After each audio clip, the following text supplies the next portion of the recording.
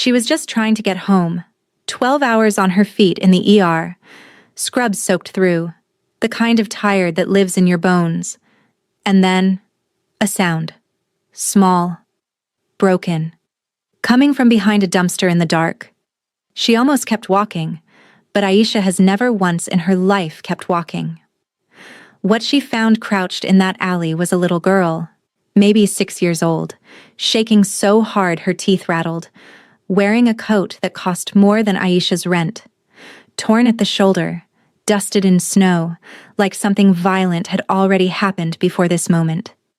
Aisha dropped to her knees in the slush, pulled the child into her arms, wrapped her own coat around both of them right there in the freezing cold.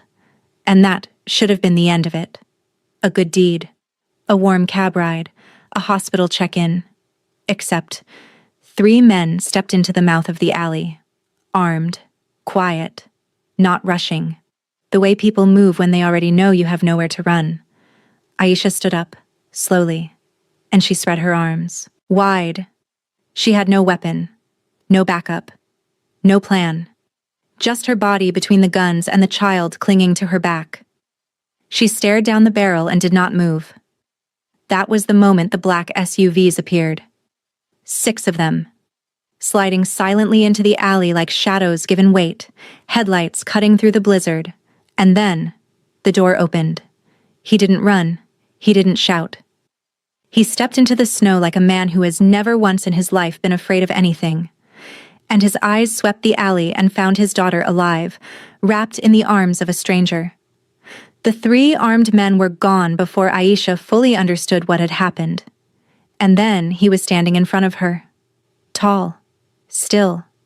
A face carved from something colder than the storm behind him.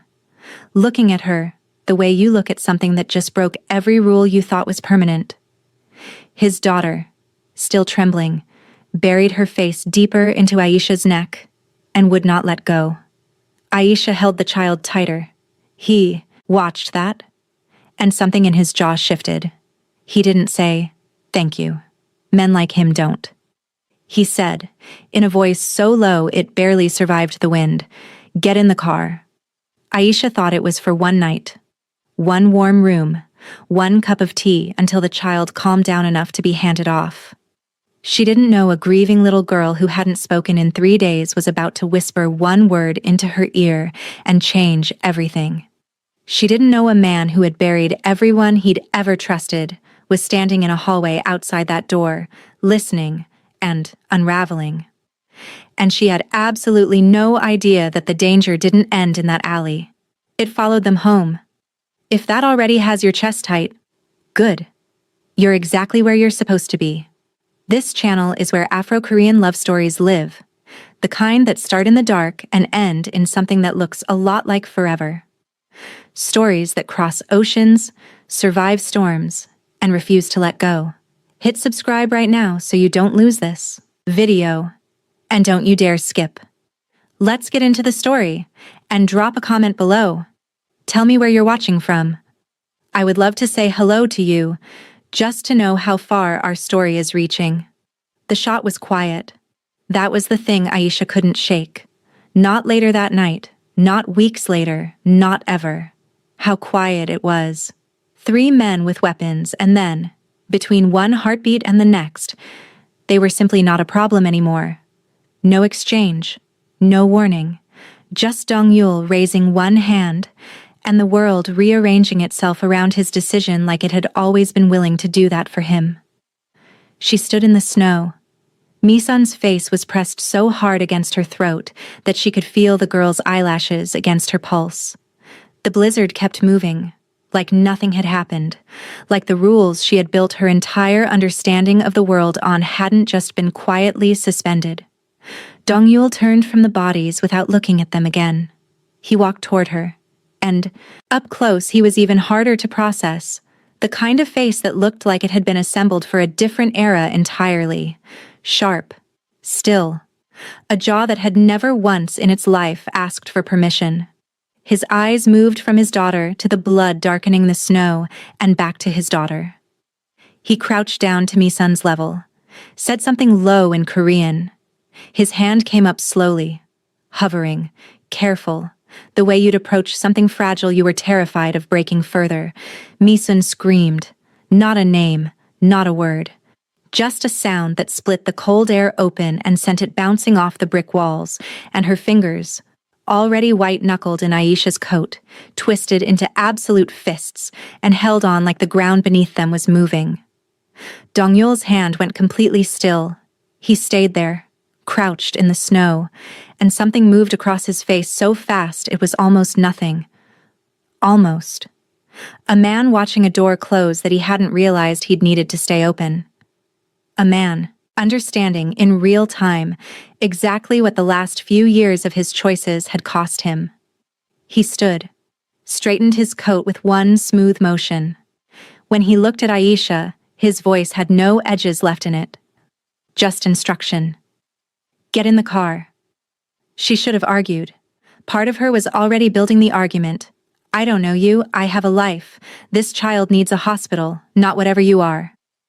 But Misun's breathing was still ragged against her neck, and the SUV doors were already open, and the men flanking them had the specific patience of people who had never once been told no and didn't expect tonight to be different.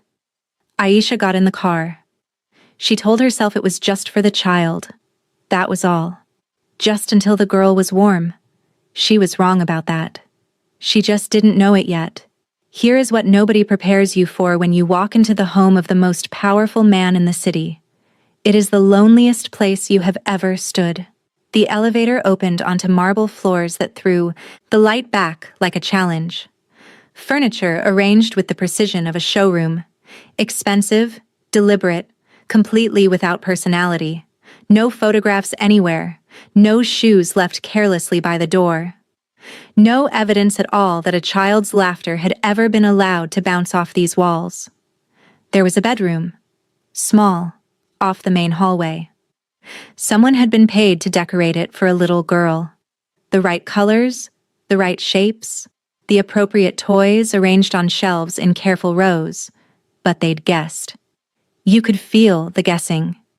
Every detail technically correct and emotionally absent. Aisha didn't say any of this. She asked for a first aid kit, a thermometer, 2 warm blankets, and hot water with honey. One of the men in dark coats vanished without a word. She carried Misun to the couch, sat down with the girl folded into her lap, and got to work. Hypothermia. Mild. The shivering was still active, which was the good news. Active shivering meant the body was still fighting for itself. She checked fingers, ears, lip color. Wrapped her tight. Held the warmth in and breathed, slow and deliberate, giving Misun's nervous system something steady to follow. Dongyul stood across the room. He hadn't sat. Hadn't removed his coat. He stood with one hand in his pocket and watched Aisha work with an expression she couldn't categorize. Not surveillance, exactly. Something more like a man encountering a phenomenon he didn't have a file for. She needs sleep more than anything else, Aisha said, not looking up. Warm sleep, undisturbed. No more movement tonight. Silence. Understood. And she needs to not be frightened. She looked up then, and she held his gaze without flinching. So, I'm going to need to stay in her room. The apartment held its breath. You're not a prisoner, he said. I didn't say I was. I said I'm staying in her room. She heard him exhale, the very specific exhale of a man recalculating a situation that had stopped cooperating with his expectations. Someone will show you where things are, he said. And then he was gone, and the marble floor absorbed the sound of his footsteps like it had been designed to. Aisha sat in the silence he left behind and looked at the apartment around her. All that careful, expensive emptiness, and thought, whoever lived here before me didn't make it. She didn't know yet how right she was. 3 weeks ago, he wouldn't look at her. Now he couldn't look away. But that morning, the first morning, he tried to buy her. She found him in the kitchen before she'd fully committed to being awake. Suited already, espresso in hand, a checkbook open on the island between them like a negotiation he'd already decided the terms of. He waited until she'd poured her own coffee.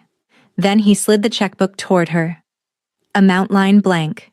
Name a number, he said. You stay. You care for her. You are compensated. Aisha looked at the checkbook, looked at him, picked it up, and tore it in half. The sound was deeply satisfying. Dong-yul didn't move, but something in his eyes changed. Not the managed attention he'd been running on her since the alley. The real kind. The kind that meant she'd done something that didn't fit the pattern. I'm not a service, she said, setting both halves on the counter. I'm staying because that little girl held on to me in the dark, and I don't walk away from that. When she doesn't need me, I'll leave. That's it. He was quiet for a moment that had weight to it. Most people who come into this apartment want something from me, he said. I want your espresso machine, she said. Mine broke 2 months ago, and this one is clearly superior. That's the entire list. She watched the corner of his mouth. Just for a second. The ghost of something that had once been a smile and still remembered the shape. He pushed his cup across the island toward her. She took it. What she didn't know, what she couldn't have known yet, was that the checkbook had been a test, and she had just become the first person in years to pass it. She didn't set out to change anything. That was what made it so complete. She just existed in a space and left warmth in it the way some people leave fingerprints. Without trying, without realizing, until you look up one day and the evidence is everywhere. A Bluetooth speaker appeared in the kitchen. Music, low and easy, filling the mornings. Mi-sun started eating breakfast with her eyes up instead of down. Small thing. Enormous thing. The hot chocolate ritual began in week 2. Real chocolate, not powder, and marshmallows on evenings that earned them, and the specific honor of being allowed to stir it herself, which Mi-sun had decided was the highest privilege available in this apartment. She was not wrong. Mi-sun still wasn't speaking. But she was communicating, in the intricate private language of a child who had learned that words carry risk. She spoke in which spoon she preferred. In whether she wanted her hair braided or loose, in the way she'd tuck her feet under Aisha's thigh on the couch, and then look up with those enormous still eyes, checking. Am I still allowed to be comfortable here? Aisha always looked back. Yes. Always. Yes.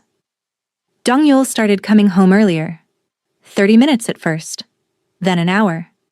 Then sometimes he was already there when she came out of the afternoon nap. Somewhere in the apartment's periphery, not intruding, just present. Learning how to be in a place where something worth coming back to existed. She rounded a corner one evening and found him crouched at Mi-sun's level in the living room. This time the girl hadn't screamed. She'd just looked at him. He'd held absolutely still, said something quiet in Korean, and Mi-sun had looked away first, but she hadn't moved away. Aisha stepped back around the corner before he could see that she'd witnessed it. She stood with her back to the wall for a moment. You fix things, he'd said at a dinner the night before. I try to, she'd said. He'd looked at her for a beat too long, then looked away. She'd told herself the warmth in the back of her neck was steam from her bowl. She was lying to herself. She knew she was lying to herself. She kept doing it anyway. And then, Mi-sun had a nightmare. And everything Aisha had been carefully not feeling stopped being something she could organize away. She made one mistake that first month. She let herself love them both. The child first. Then, without planning to, the father. Aisha was asleep when she heard it. That particular drowning quality of a child trying to cry out and not quite breaking the surface. She was moving before she was fully awake. 12 years of nursing does that. Your body learns to respond before your mind has finished loading.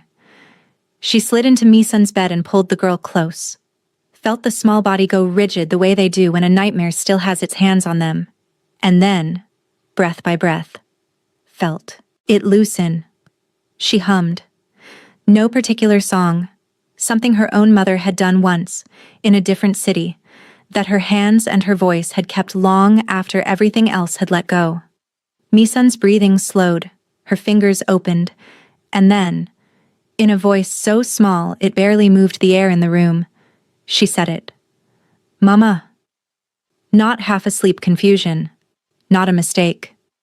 She said it carefully, the way children say things they've been holding. Like an offering.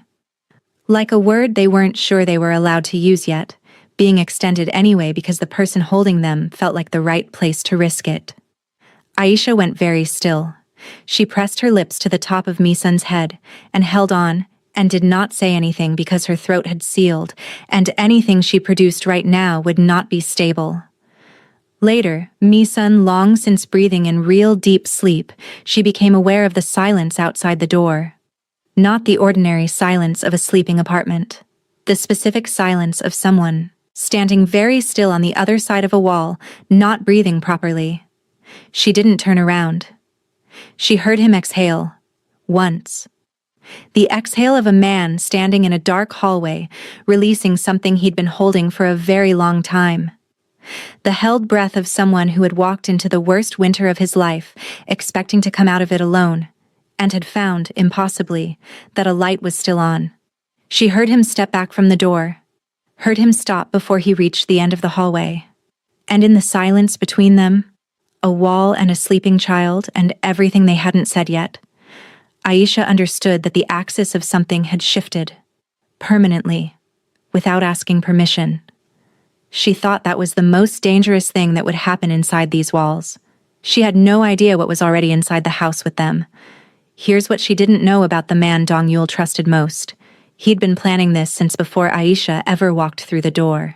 She noticed this vial before she noticed anything else. 12 years of emergency medicine does something to the way you see a room. You stop taking in the whole picture. You go straight to the details, the label on a bottle, the wrong angle of a held syringe. The tiny pause before someone answers a question they should already know the answer to. The security chief came into the kitchen with Mi-sun, one large hand on the girl's small shoulder. Guidance that applied like pressure. He had a calm face. He always had a calm face. Dong-Yul trusted him completely. He was the architecture of this building's safety, or was supposed to be. He set a small case on the counter, opened it, withdrew the syringe with the easy confidence of someone who had rehearsed this, and told Aisha the doctor had prescribed a mild sedative for the nightmares. Nothing heavy. Let me see the vial, Aisha said. Not a question. He paused. Half a second. The length of a man deciding whether he needed to adjust his approach. Then he held it out. She read the label, and the floor dissolved beneath her. It wasn't a sedative. The compound was wrong. The concentration was wrong. What was in that syringe didn't put people to sleep. It shut down voluntary motor function and left everything else running. The lungs, the heart, the awareness. A person given this would look like they were sleeping peacefully while every system inside them that mattered stopped, one by one, in sequence. She had seen this once.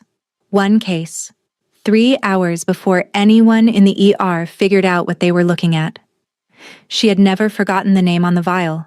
She was reading it right now. She knocked the syringe out of his hand. The sound it made hitting the marble was very small. Everything inside her chest was very loud. She pulled Mi-sun behind her back. The same motion, automatic, absolute, the same motion from the alley. And she looked at him, and she watched his face change, and in the changing of it, she saw everything she needed to see. He knew she knew. Get out of this kitchen, she said. Her voice came out completely level. She genuinely had no idea how. He looked at her, at Mi-sun, at Aisha again. Then he picked up the syringe, closed the case, and walked out. Aisha stood without moving until his footsteps disappeared entirely. Then she crouched to Mi-sun's level and held the girl's face in both hands and looked at her. Carefully, methodically, the nurse brain running its checks even while the rest of her was shaking. We're okay, she said.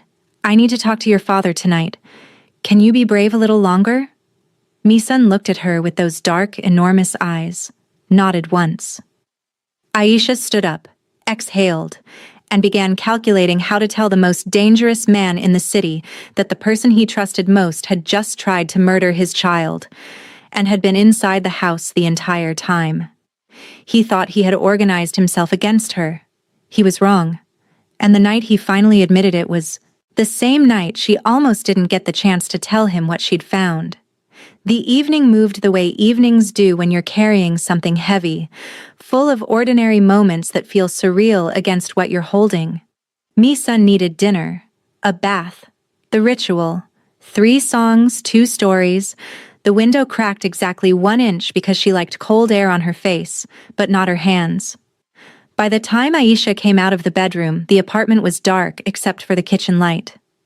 Dong-yul was there, jacket off, sleeves rolled, looking at a point somewhere beyond the counter that had nothing on it. The version of him that appeared late at night, when the managed exterior had used up all its energy. He looked up. She opened her mouth to tell him about the vial, and then she saw his face, fully, directly, nothing between it and her, and she stopped. She'd seen pieces of it before, in the hallway outside Mi-sun's door, at the dinner table, but not like this. Not the whole thing, aimed directly at her, with no distance left to hide behind. "I need to tell you something," she said. "I know," he said. "I do too." A silence that had texture. He looked at the counter, then back at her. "I don't say things like this. I don't have any practice with it." She waited. "I have been afraid twice in my life," he said. "The first time was the night they told me my wife wasn't coming home." A pause. "The second time was the night I pulled up to that alley." He stopped, started again with more care. "I thought after the first time I understood fear completely. Thought I'd taken its full measure and made my peace with it. A beat. I was wrong. Because those fears were about things I had already lost. What I felt in that alley. Seeing Mi-sun. Seeing you standing in front of her with nothing." He stopped again. "And then I saw you," he said. "Just standing there. Arms out. Nothing." The kitchen held very still. "I am not a man who is safe to love. I don't come without consequences. I know exactly what I am, and I've never once asked anyone to look past it." He met her eyes directly. "But I stopped being able to imagine this apartment without you in it, and I am not someone who ignores that kind of information." Aisha looked at him for a long moment. "Dong-yul," she said quietly, "I need to tell you about a syringe." She told him everything. The way she delivered information in the ER. Facts first, implication second. No cushioning. The vial. The compound name. What it would have done to a 6-year-old girl, and how slowly, and how it would have looked from the outside like nothing at all. The look on his security chief's face when she'd knocked it out of his hand. She watched the warmth that had just moved into Dong-yul's expression travel somewhere else entirely. What replaced it wasn't coldness. Coldness was empty. This had its own weight, its own specific gravity, something absolute and very, very quiet. He reached for his phone. She put her hand over his. "Mi-sun is asleep. She's safe right now. Whatever you're about to do it right. Not fast.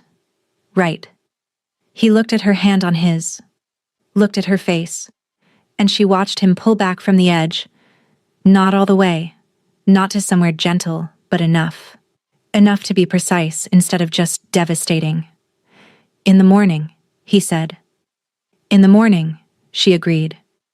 He didn't move for a long moment. Then he turned his hand over and held hers. Once, briefly, with a grip that carried everything he'd already said and everything he still didn't have language for. Then he let go. And she let him. She went to bed. She didn't sleep.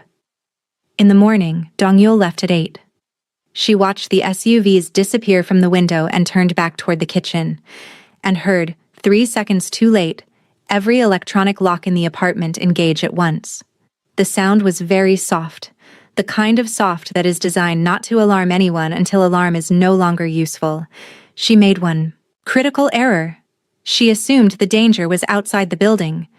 It had been living inside it the whole time. She tried the elevator. Dark panel.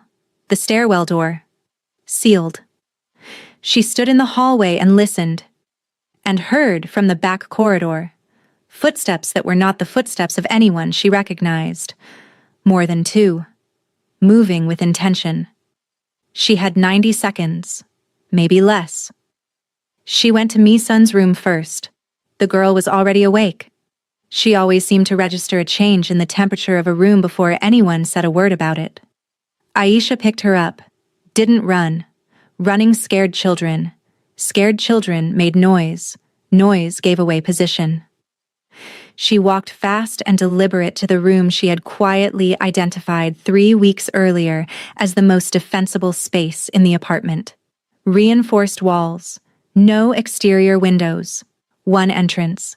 A key code she had memorized by paying attention. She'd always been good at paying attention. She got them inside. Engaged the lock. Changed the code from the inside. 4 new digits, known to no one else. Set Mi-sun behind the heavy sectional against the far wall. Stay down and stay quiet. Can you do that? Mi-sun looked at her. Nodded. Good girl. Then Aisha turned and assessed the room the way she'd assessed every trauma bay she'd ever worked in. What do I have? What can I use? What do I make? Emergency medicine was never about waiting for the right conditions. It was about working with what existed right now, in this room, at this moment. She had a media cabinet, a first aid kit on the back wall, and 12 years of pharmaceutical knowledge that had been building this specific skill set without ever announcing it was doing so. She built what she could. She blocked the door frame with the equipment rack. She prepared 2 improvisations that would not kill anyone, but would make every person on the other side of that door deeply regret their professional choices for the next several hours. Then she wedged herself between the couch and the wall, Mi-sun pressed against her side, and she waited. She listened to them breach the outer rooms, listened to them reach the corridor, listened to them try the key code. Wrong. And try it again. Wrong. And stop trying it. The door started coming apart at the frame. She deployed the first improvisation. The sounds from the other side changed dramatically. She pulled Mi-sun closer. Face down. Don't look up until I say. Mi-sun buried her face in Aisha's chest and held on. 11 minutes away, a phone rang. A second phone. Private. The number known to exactly 4 people. One of them was already dead. One of them was calling now. The call lasted 4 seconds. He was out of the SUV before it finished stopping. He didn't take the elevator. He came up through the maintenance corridor with 3 men and the focused stillness of someone who has already decided everything that is going to happen and has moved every other thought completely out of the way. Not rage. Rage is chaotic. This was colder than rage. This was a man who had been betrayed by the person he'd trusted with the life of everyone he loved, and had clarified in 4 seconds on a phone call exactly what that was going to mean. He moved through the outer rooms without pausing, past 2 of his corrupted security team in the corridor, and noted what had happened to them and kept moving. Because what it told him, what those 2 unconscious men told him, was that she was still fighting. That she had fought. That she was still in there. That was the only information that mattered right now. The safe room door was half off its frame. He finished the work that needed to be finished in the corridor. Then he pushed the door the rest of the way open and stepped inside. She was standing. That was the first thing. That was the thing that reorganized everything inside his chest. She was on her feet. A bruise building high on her left cheekbone. A cut on her forearm that needed stitching. Her hands shaking just slightly, the way hands shake when the adrenaline finally gets the news that the emergency is over. But she was standing. And Mi-sun was behind her, face pressed into Aisha's back, 2 small fists twisted in the fabric of her shirt. Dong-yul set his weapons down. He crossed the room and put both hands on her face and looked at her, all of her, every part, methodical and desperate in equal measure. And she looked back at him, and her jaw was set, and her eyes were wet, and she didn't say a word, and neither did he, because this was not a moment that language had been designed for. He pulled her forward. He felt her exhale against his chest, the full weight of it, the release of someone who had held something enormous for a very long time and had finally found somewhere to put it down. Misan made a sound against their legs, wrapped her arms around both of them, and held on with the particular grip of a child who had decided she was not letting go of this. Not for anything. Not ever. The traitor was dealt with. The syndicate was answered to. The apartment was swept, cleared, restructured from the ground up. But the thing that happened in that safe room, the three of them, standing in the wreckage, that was not something that could be restructured. That was permanent. The nurse who had spent 12 years fixing other people's emergencies finally stopped running out of reasons to leave. December came back, the way it always does, but the penthouse was not the same place it had been a year ago. Not even close. Shoes by the door. Photographs on the walls. Real ones. Candid ones. The kind that happen when a family stops being careful and starts being a family. Music from the kitchen on weekend mornings. Misun's drawings on every surface she could reach, which turned out to be considerable. Aisha stood at the window in a gown she would never in her entire life have bought for herself. It was the kind of white that had no interest in being subtle. She'd laughed out loud the first time she put it on. She'd cried the second time and hadn't fully explained to herself why. She looked at her reflection in the window glass. She barely recognized the woman looking back. Then she recognized her completely. Both things were true. She was still figuring out how to hold them at the same time. She heard him before she turned around. He came to stand beside her at the window, and she looked at his face in the glass. That face she'd spent a year learning the full language of. Every dialect. The cold one and the careful one and the rare one that appeared at dinner when he forgot to manage himself and just existed. And he was looking at her the way he'd looked at her in the alley. Like something that had arrived in his life by breaking every rule he thought was load-bearing. He opened the box without ceremony. He was still not a man for ceremony. He never would be. The ring was extraordinary and exact, the kind of thing she would have chosen for herself. If anyone had ever asked her what she wanted. He slid it onto her finger. From across the room, in a dress she had refused to take off since dawn, on the grounds that it was her day too and she intended to be formal about it, Misan released a sound of pure triumph at a volume disproportionate to her size and launched herself across the room. Dong-Yul caught her without looking, the automatic catch of a man who had spent a year building the reflex, and held her on one arm and Aisha with the other, and outside the window the snow came down, and the city below moved through its winter the way it always had, indifferent and enormous and cold. But the penthouse was warm. The little girl who had been found shaking in an alley had a home. The man who had forgotten that warmth was something a person could be permitted to keep. He had a family. And the nurse who had poured 12 years of herself into other people's crises, who had fixed strangers at 3 a.m. and walked home alone and told herself that was enough. She was home.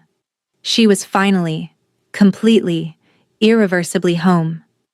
And the snow kept falling, and Misun was cheering, and Dong-Yul's hand tightened around hers like a man who had decided, quietly, absolutely, without any ceremony at all, that he was never letting go. And that's where their story lands. In the warm, in the permanent. But if you've been here the whole time, if you made it through the blizzard, through the betrayal, through everything, then you already know this channel has more where that came from. Hit subscribe, drop your comment. Tell me where you're watching from. I want to say hello to every single one of you, because you're not just watching a story, you're part of how far it reaches.